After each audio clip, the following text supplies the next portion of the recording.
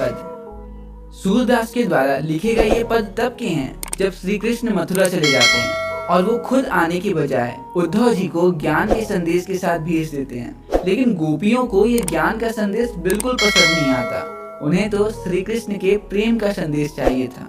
तो गोपियां गुस्से में ताने मारते हुए उद्धव जी को कहती हैं, उद्धव तुम हो अति बड़ भागी, अपरत रहत स्नेह तकाते नाहिन मन अनुरागी। अर्थात गोपियां कहती हैं, उद्धव जी तुम तो बड़े ही भाग्यशाली हो जो श्री कृष्ण के पास रहकर भी उनके प्यार से मोहित ना हुए। पुरइन पात रहत जल भीतर तारस देह न दागी, जो जल माह तेल की गागरी बूंद न ताक्यो लागी। अरे तुम तो कमल के उस फूल की तरह हो जो जल के भीतर रहकर भी भीगता नहीं है, या उस तेल लगाए हुए घड़े की तरह जिसमें पानी भरे होने पर भी पानी कभी घड़े को छू नहीं पाता। अगली 2 लाइनों में गोपियां कहती हैं, प्रीति नदी में पाँव न बोलियो, दृष्टि न रूप पर आगी, सूरदास अबला हम भोरी, गुर चाटी जो पागी। गोपियां उद्धव जी को कहती हैं, आपने तो कृष्ण के प्रेम की नदी के पास रहकर भी उसमें डुबकी नहीं लगाई, लेकिन हम तो बेचारी भोली भाली गोपियां खुद को कृष्ण के प्यार में पड़ने से बचा नहीं पाई। जैसे छोटी छोटी चींटियां गुड़ खाते हुए खुद को उसमें फंसने से बचा नहीं पाती और उसी गुड़ के ढेले में अपना प्राण त्याग देती हैं।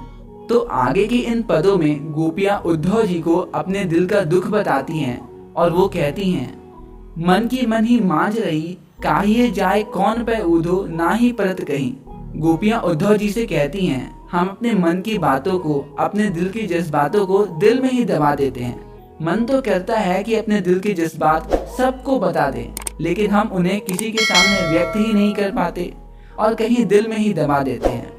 आगे की 2 लाइनों में गोपियां कहती हैं, अब इन जोग संदेशन सुनी सुनी, बिरहीन बरही दही, चाहती होती गुहारी जतई तय, उड़ते धार बही।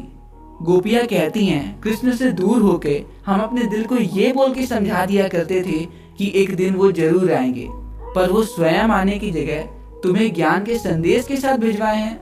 तुम्हारे इस ज्ञान के संदेश को सुन के तो हमारे दिल में क्रोध की ज्वाला जल उठी है।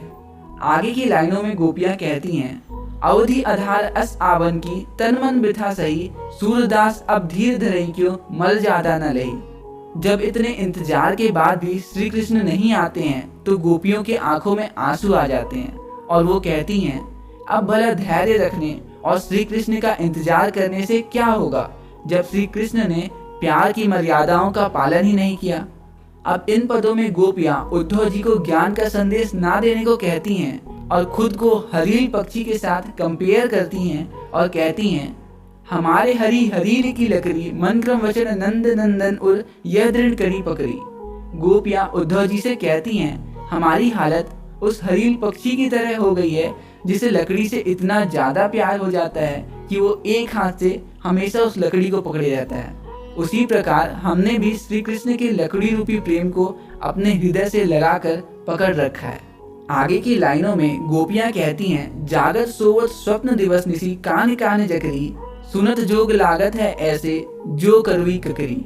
वो कहती हैं, अरे हम तो सोते जागते बस कान्हा कान्हा ही जपते रहते हैं और आपकी ये ज्ञान की बातें तो हमें कड़वे ककड़ी की समान लग रही हैं। आगे की लाइनों में गोपियां कहती हैं, सू तो व्याधि हमको ले आए, देखी सुनी न करी, यह तो सूर तनही ले सौंपे जिनके मन चकरी। गोपियां उद्धव जी को कहती हैं, आप तो अपना ये ज्ञान उन्हें जाके दो जिनका मन चक्री की तरह इधर उधर घूमता रहता है। हमें आपकी इस ज्ञान की जरूरत नहीं है, क्योंकि हमारा मन तो पहले से ही सिर्फ कान्हा के प्रेम पे ही एकाग्र है।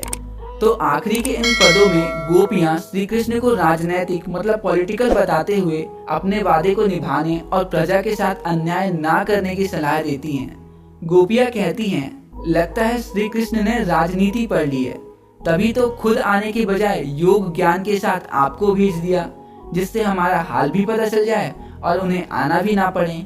अगली लाइनों में गोपियां कहती हैं, एक अति चतुर होते पहले ही अब गुरु ग्रंथ पढ़ाए, बड़ी बुद्धि जानी तो उनके जोग संदेश पढ़ाए।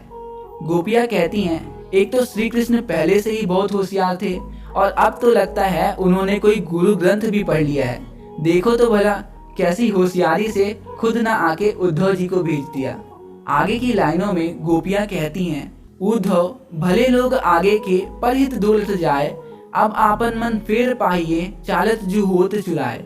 गोपियां कहती हैं, लगता है अब हमें श्री कृष्ण से प्यार करना छोड़ देना चाहिए, क्योंकि वो तो बदल गए हैं। अब वो हमारे कान्हा कहाँ रहे, वो तो हमसे प्यार ही नहीं करते।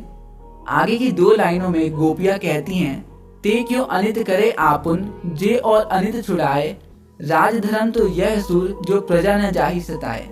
गोपियां कहती हैं, अगर श्री कृष्ण अब भी हमसे प्यार करते तो उद्धव जी को नहीं भेजते, वे खुद आते।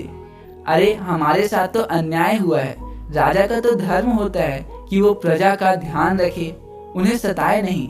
लेकिन श्री कृष्ण ने तो उद्धव जी को भेज के हमारा दिल ही तोड़ दिया।